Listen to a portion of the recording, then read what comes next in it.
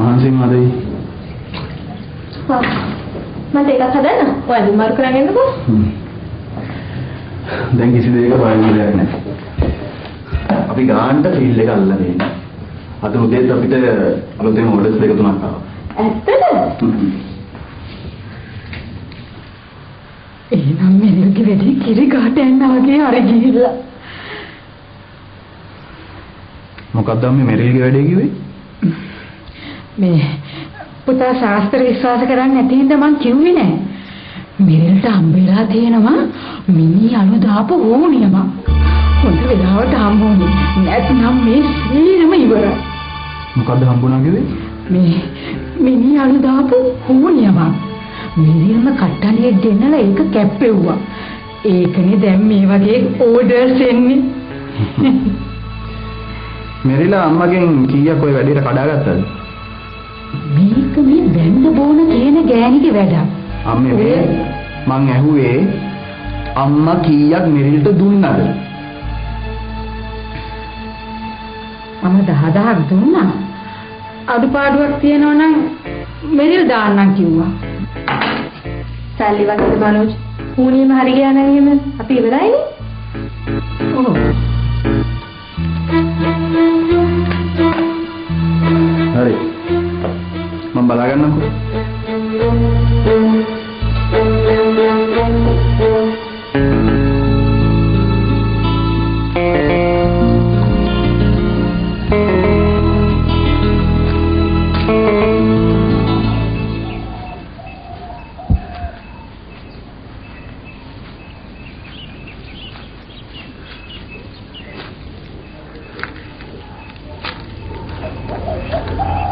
තාත්තා තනියම හම්බෙන්න හිටියේ. ඇයි?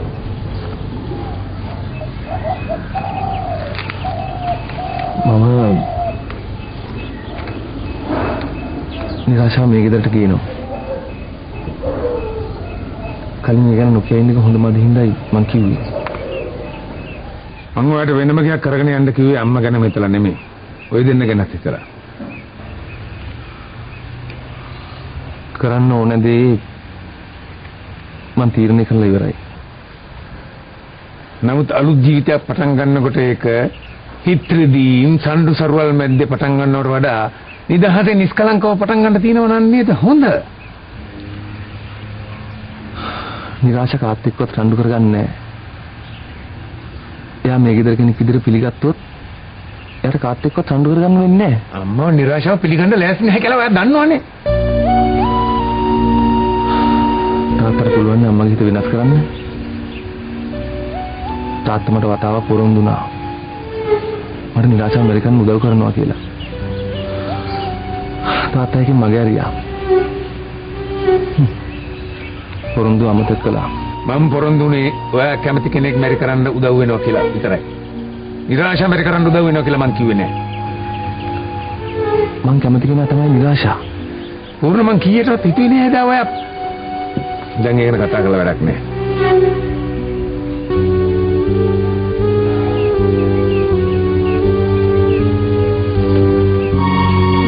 මං කැමති කෙනාව මං බැන්දා. දැන් යමගේ වයිෆ්. දැන් අම්මයි තාත්තයි ආව පිළිගන්න ඕන.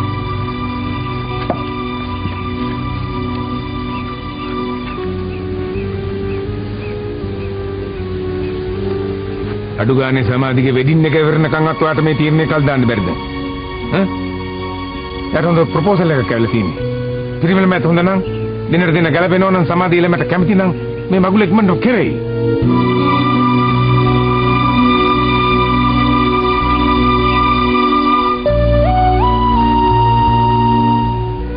සමාධි ප්‍රොපෝසල් එකට කැමතිද? ඔව්. ඔයාට අම්මගේ ජීවිතය ගැන හිතලවත් මේ තීරණය කල් දාන්න බැරිද? මං ඉල්ලන්නේ එච්චරයි.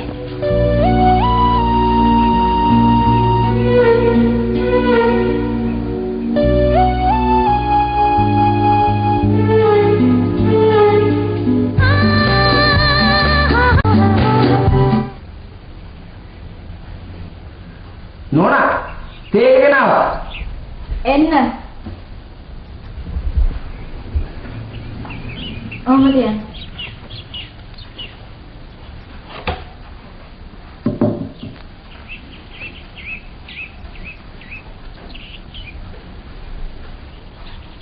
නෝනා උනාට මනමාලෙක් වෙනවල් නේද?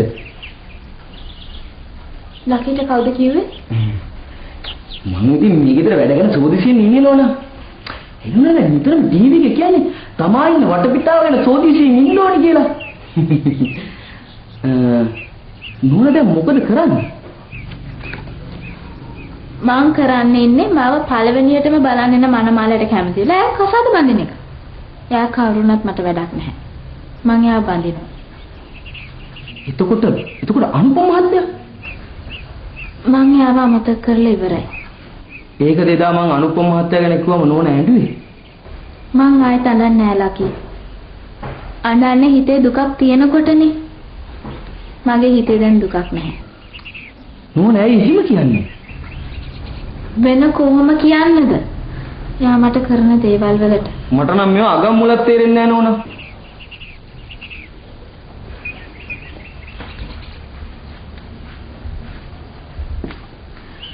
මගේ අනුපමගේ අතේ තිබ්බ හැම දෙයක්ම දැන් ඉවරයි.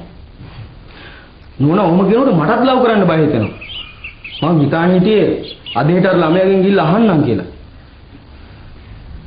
ආදරේ හැමතිස්සෙම සුන්දර නෑ ලකි. අනේ මන් දන්නවා.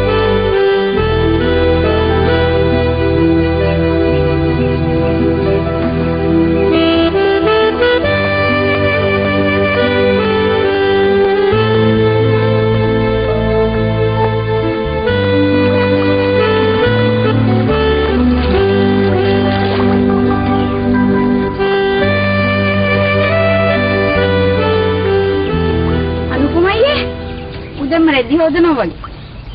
හයි වෙන මොනවාරි කරනවාද පේන්නේ?